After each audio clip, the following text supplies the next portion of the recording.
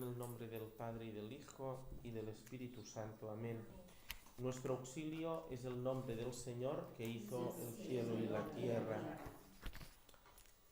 En este retiro de Cuaresma hablaremos en esta plática sobre el seguimiento de Cristo, lo que significa ser discípulo de Jesús arraigados en una fe firme. Y para ello leeremos el texto de la pregunta que Jesús hace a los discípulos sobre quién dice la gente que es Él, y la respuesta de los discípulos, la respuesta de Pedro y las condiciones que son necesarias para seguir a Jesús.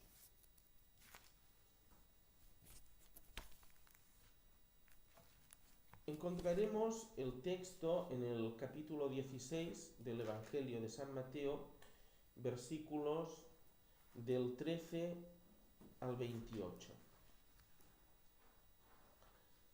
Al llegar a la región de Cesarea de Filipo, Jesús preguntó a sus discípulos: ¿Quién dice la gente que es el Hijo del Hombre? Ellos contestaron: unos que Juan el Bautista, otros que Elías, otros que Jeremías o uno de los profetas. Él les preguntó: ¿Y vosotros quién decís que soy yo? Simón Pedro tomó la palabra y dijo: Tú eres el Mesías, el Hijo del Dios vivo.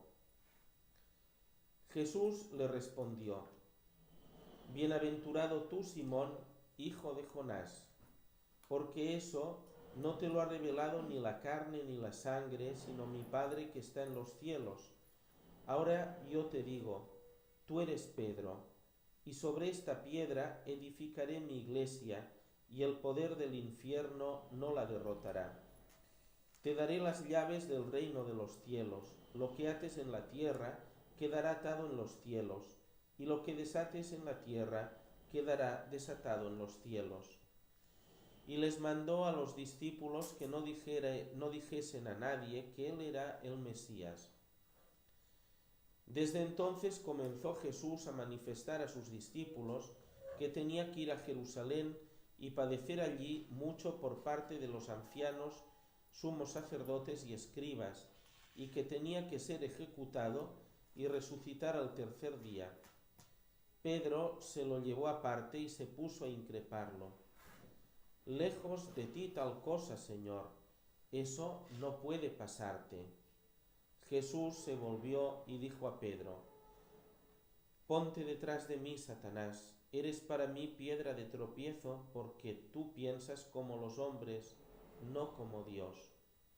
Entonces dijo a los discípulos: Si alguno quiere venir en pos de mí, que se niegue a sí mismo, tome su cruz y me siga. Porque quien quiera salvar su vida la perderá, pero el que la pierda por mí la encontrará. Pues ¿de qué le servirá a un hombre ganar el mundo entero si pierde su alma? ¿O qué podrá dar para recobrarla? Porque el Hijo del Hombre vendrá con la gloria de su Padre entre sus ángeles, y entonces pagará cada uno según su conducta. En verdad os digo que algunos de los aquí presentes no gustarán la muerte hasta que vean al Hijo del Hombre en su reino. Palabra de Dios. Te alabamos, Señor. Cesarea de Filipo estaba ya en el norte de Galilea, en la frontera con el Líbano. Era un lugar así en los límites de lo que tradicionalmente era el país de Israel.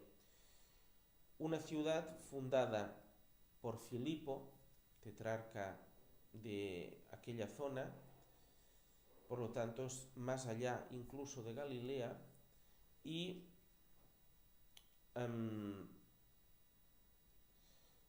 estaba a los pies del monte Hermón, una montaña de más de 3.000 metros de altura, de nieves casi perennes en su cima, y es donde nace el Jordán. Allí en aquella zona era un lugar hermoso, diríamos paradisíaco, y Jesús se ha retirado con sus discípulos a descansar. Venía de la zona de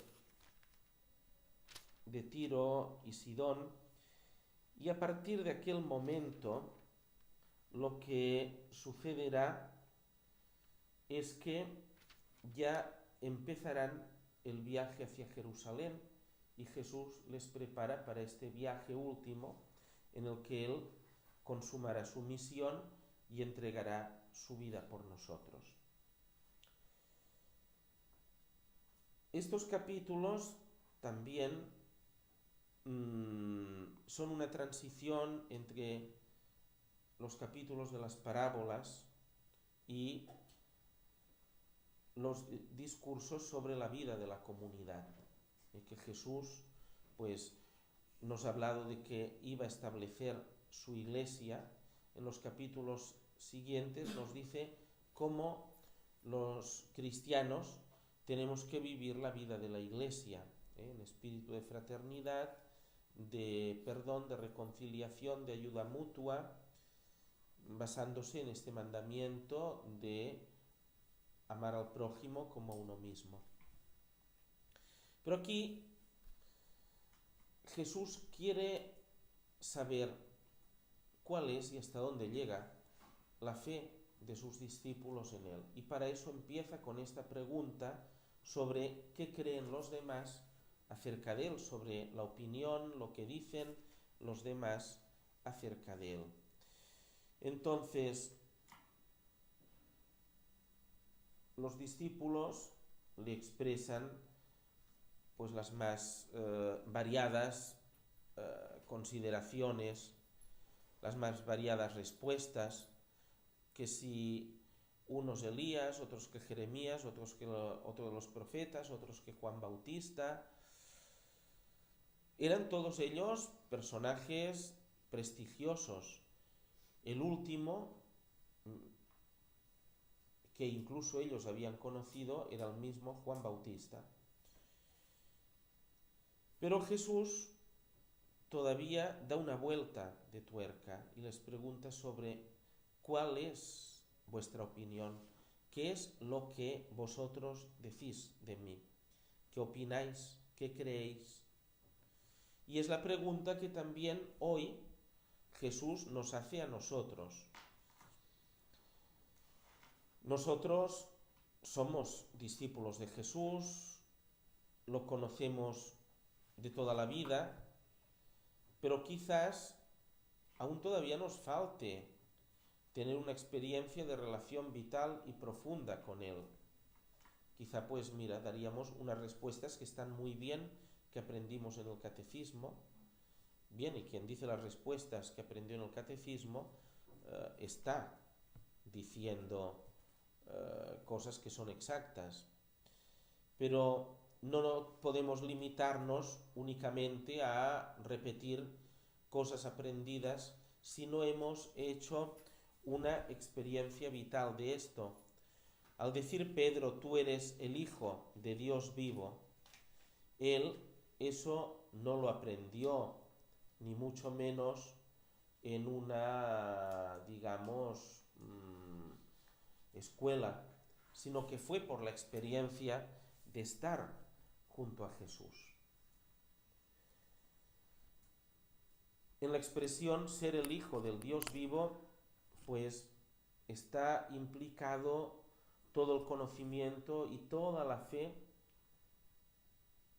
sobre Cristo, toda la fe que ponemos en Cristo, todo lo que sabemos de Él, todo lo que Él significa para nosotros. Por lo tanto, el Salvador, el Redentor, el gran amigo,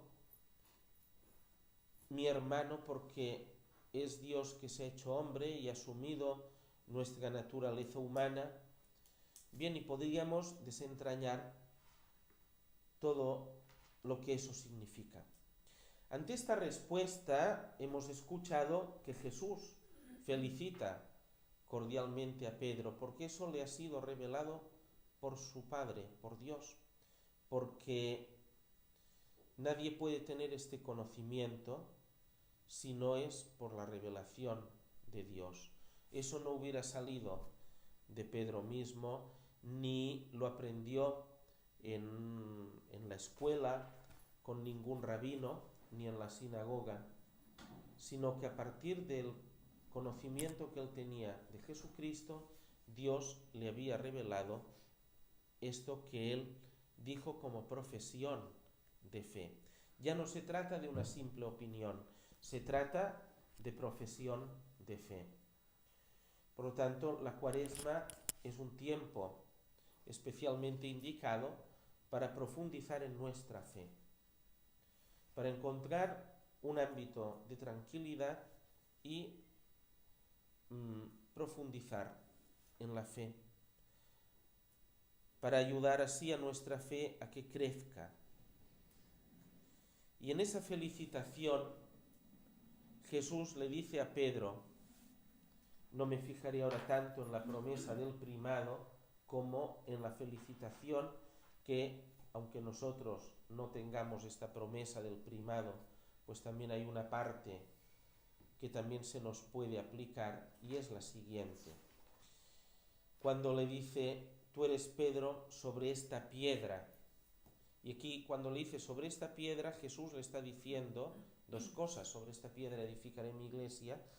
Más que piedra, en griego, la palabra, que es el idioma en el que está escrito el Evangelio, la palabra Petra significa roca, pero una roca grande. Lo que hoy entenderíamos por piedra, en una piedra para lanzar, en griego se dice lápiz, lápidos, ¿no? De aquí viene la palabra lápida, lapidar, lapidación, ¿no? Lapidario. Eso es una piedra pequeña. Jesús no se está refiriendo a una piedra pequeña, sino a una petra, que es una gran masa inmensa de roca. Cuando Jesús está pronunciando estas palabras, todos tienen a la vista la montaña del Hermón. Hermón es un monte muy alto, he dicho anteriormente, más de 3.000 metros, y todo él es una inmensa masa de roca. Por lo tanto, Jesús se está refiriendo a la persona de Pedro, pero al mismo tiempo a la fe que tiene Pedro al profesar su fe. Entonces, sobre esta fe que solo Dios puede darnos, Cristo edifica su iglesia. Y edifica su iglesia con una solidez inmensa. Por eso nada puede hacerla temblar. Las puertas del infierno, las puertas del reino de la muerte, no podrán derrotarla, no podrán prevalecer contra ella. Y fijaos que aunque a veces parezca que en la iglesia estamos viviendo horas bajas, horas críticas, horas difíciles, momentos en los que parece que todo se va a diluir, eso no es así. La iglesia ha durado siglos. La iglesia en su historia ha visto nacer y desaparecer imperios, reinos, repúblicas, países diversos que ayer fueron y hoy no están. Y algunos muy poderosos. El imperio romano, el imperio bizantino, el imperio otomano, la Unión Soviética. Bien, y todo eso ha durado, ¿no? El tercer Reich, pensaban los ideólogos del Tercer Reich que una vez empezado sería prácticamente eterno. Ya veis lo que duró y de qué manera tan catastrófica terminó. La Iglesia también ha visto surgir y desaparecer muchas ideologías, muchas corrientes de pensamiento que ayer tuvieron éxito, pero hoy ya son cosa del pasado. pero la Iglesia permanece, por eso no debemos tener miedo. A veces tenemos también la sensación de ser como los últimos de Filipinas, pero no. Yo recuerdo que cuando estaba en Capellades, al inicio de mi sacerdocio, claro, comentaba con un sacerdote mayor que vivía allí. Digo, es que a misa diaria solamente vienen 4 viejas, porque, claro, los días de cada día, bueno, había más, algún joven también, pero no parece que, claro, de aquí unos años, ¿qué pasará, no? Y me contestó aquel cura mayor y experimentado, bueno, de aquí unos cuantos años, 10, 20, habrá otras 4 viejas que habrán sustituido a estas, ¿no? Dice, porque eso en mi juventud también pasaba. Y por tanto, no se acabarán las viejas que estarán aquí manteniendo la llama de la fe. Aunque todo parezca tan débil, sin embargo, la fe que vivimos, como es un don de Dios, es fuerte y nos da fortaleza. Por lo tanto, no hemos de tener miedo. Estamos, por medio de la fe, arraigados en Cristo, arraigados en Dios. Pero a partir de aquí, Jesús les dice qué es lo que supone tener esta fe, qué es lo que representa y qué es lo que reclama esa fe. Y entonces es cuando les empieza a hablar de su pasión. Y eso escandaliza a los discípulos, especialmente a Pedro, porque ellos se imaginaban otra cosa, se imaginaban pues una religión de éxitos. Tengamos en cuenta que cuando llevaban a Jesús los paralíticos, los ciegos, los enfermos de toda clase, y la gente se curaba, todo eran aplausos, la multiplicación de los panes y los peces, las multitudes. También hubo una crisis porque después de la multiplicación de los panes y los peces, en el discurso de la sinagoga de Cafarnaúm, la cosa se da la vuelta, porque la gente lo que quería era un Mesías que les solucionara todos los problemas y ellos vivir felices y tranquilos. Y Jesús les vino a decir que eso no iba a ser así. Y fue cuando dijo el discurso del pan de vida, que fue incomprendido, y eso supuso una crisis y muchos se retiraron. Y ahora este episodio se inscribe dentro de ese ámbito de la crisis en la que Jesús, por eso también quiere saber qué es lo que la gente piensa, porque a pesar de las opiniones que puedan ser más o menos favorables, no son opiniones sinceras, pueden ser muchas de ellas opiniones interesadas o que ni siquiera alcanzan a ver lo que las palabras que ellos dicen significan, ¿no? Y Jesús le dice, el verdadero significado es este, que yo tengo que ir a Jerusalén a dar mi vida, a ser entregado en manos de los pecadores, en manos de las autoridades del pueblo judío, allá me matarán, me crucificarán, pero resucitaré el tercer día. A pesar de que dijo que resucitaría, que vencería la muerte, Pedro no pudo soportar aquello. Es imposible, eso no te puede pasar a ti, Dios no lo quiera. Todos deseamos para nuestros seres queridos lo mejor. Pero a veces para alcanzar lo mejor tenemos que pasar por un camino realmente difícil y duro. Por eso Jesús le dice a Pedro que se aparte de él, que se ponga atrás, que se retire, porque está pensando con un pensamiento humano, no con el pensamiento de Dios, no según los planes de Dios, que sobrepasan todos nuestros pensamientos y que a veces, desde luego, nos sorprenden.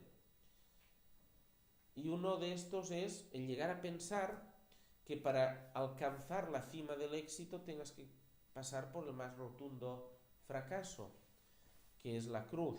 A todos nos gustan que nos aplaudan, que nos consideren, que nos tengan en buena estima, pero cuando nos vemos solos, cuando recibimos bofetadas de la vida, cuando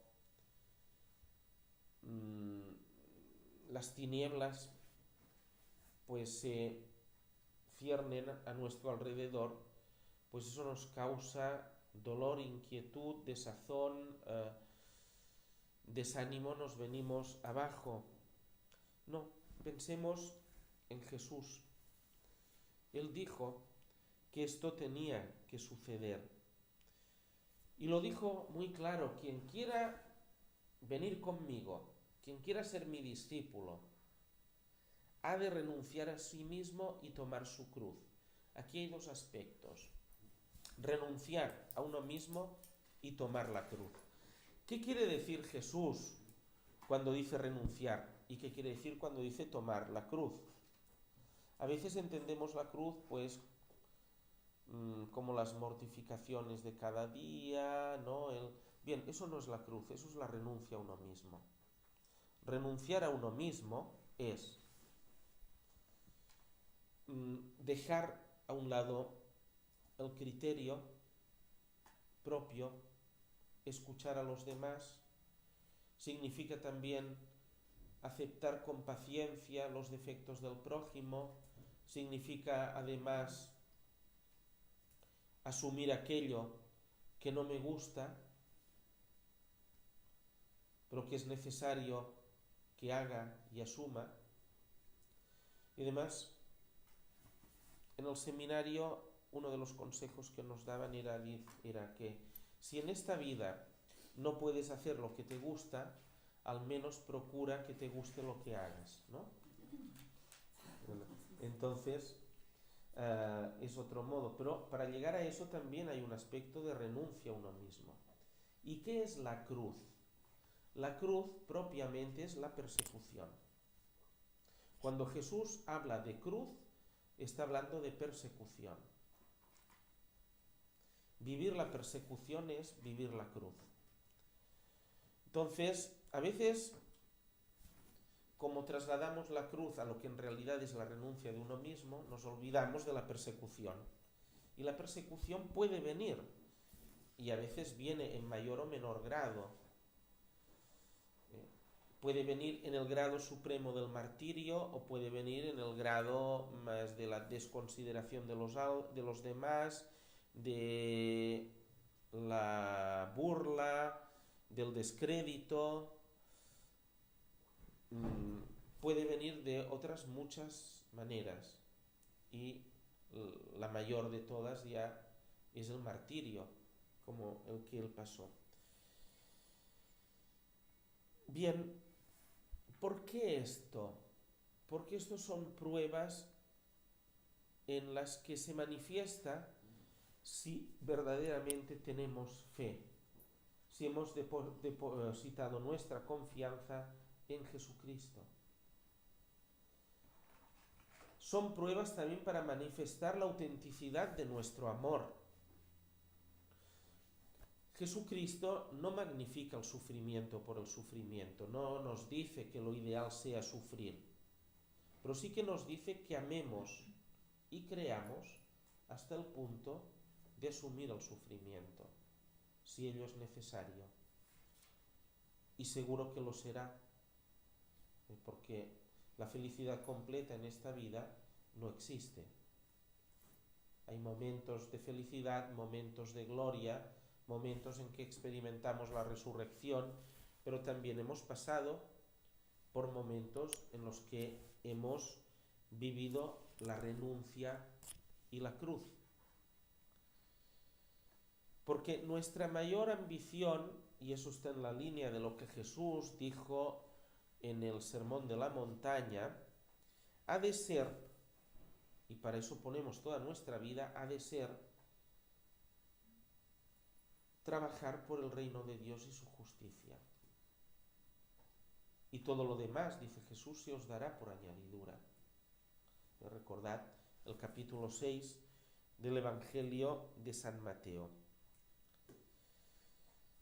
Jesús dice esta frase lapidaria que ha de hacer pensar a todos nosotros y a la humanidad entera de qué le sirve a un hombre ganar el mundo entero si pierde su alma. Es decir, si echa a perder su vida. ¿Cuántas personas que aparentemente han alcanzado la más alta cima de la gloria, humanamente hablando, en realidad después, tal como han llegado a la cúspide, caen en picado? ¿Por qué? Porque era una gloria aparente, efímera, sin sentido. No es la gloria de Dios, no es, por lo tanto, la vida del hombre. Recordemos lo que decía San Ireneo de Lyon, que la gloria de Dios es la vida del hombre y la vida del hombre es la visión, la participación en la gloria de Dios. Vivir en comunión con Dios es lo que da sentido a nuestra vida.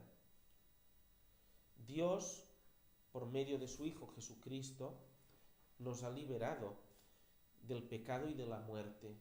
Ha restaurado en nosotros su imagen, nos ha hecho hijos suyos en el Hijo. Nos ha enriquecido con toda clase de dones en el Espíritu Santo y así ha transformado toda nuestra vida. Por tanto, la orientación de nuestra existencia no ha de estar hacia las glorias humanas, sino hacia Dios. Y como Jesús mismo dijo que hemos de procurar entrar por la puerta estrecha, seguir el camino estrecho, aunque sea dificultoso, porque la puerta ancha y el camino ancho llevan a la perdición.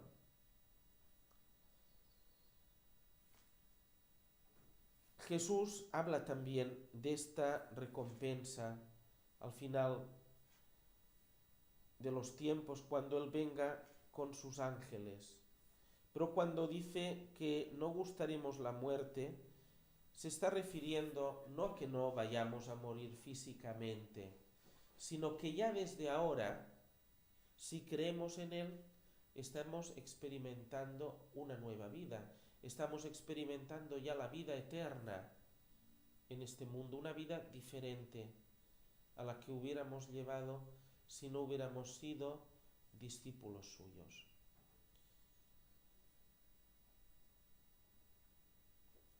Porque el reino de Dios ya se hace presente entre nosotros y nosotros debemos manifestarlo ante el mundo. Qué bien nos va, por tanto, tener un tiempo de reflexión y de oración para dar gracias a Dios por su inmensa bondad. Acabamos aquí alabando a Dios, glorificando su nombre, diciendo gloria al Padre y al Hijo y al Espíritu Santo, como era en el principio, ahora y siempre, por los siglos de los siglos. Amén. En el nombre del Padre y del Hijo y del Espíritu Santo. Amén.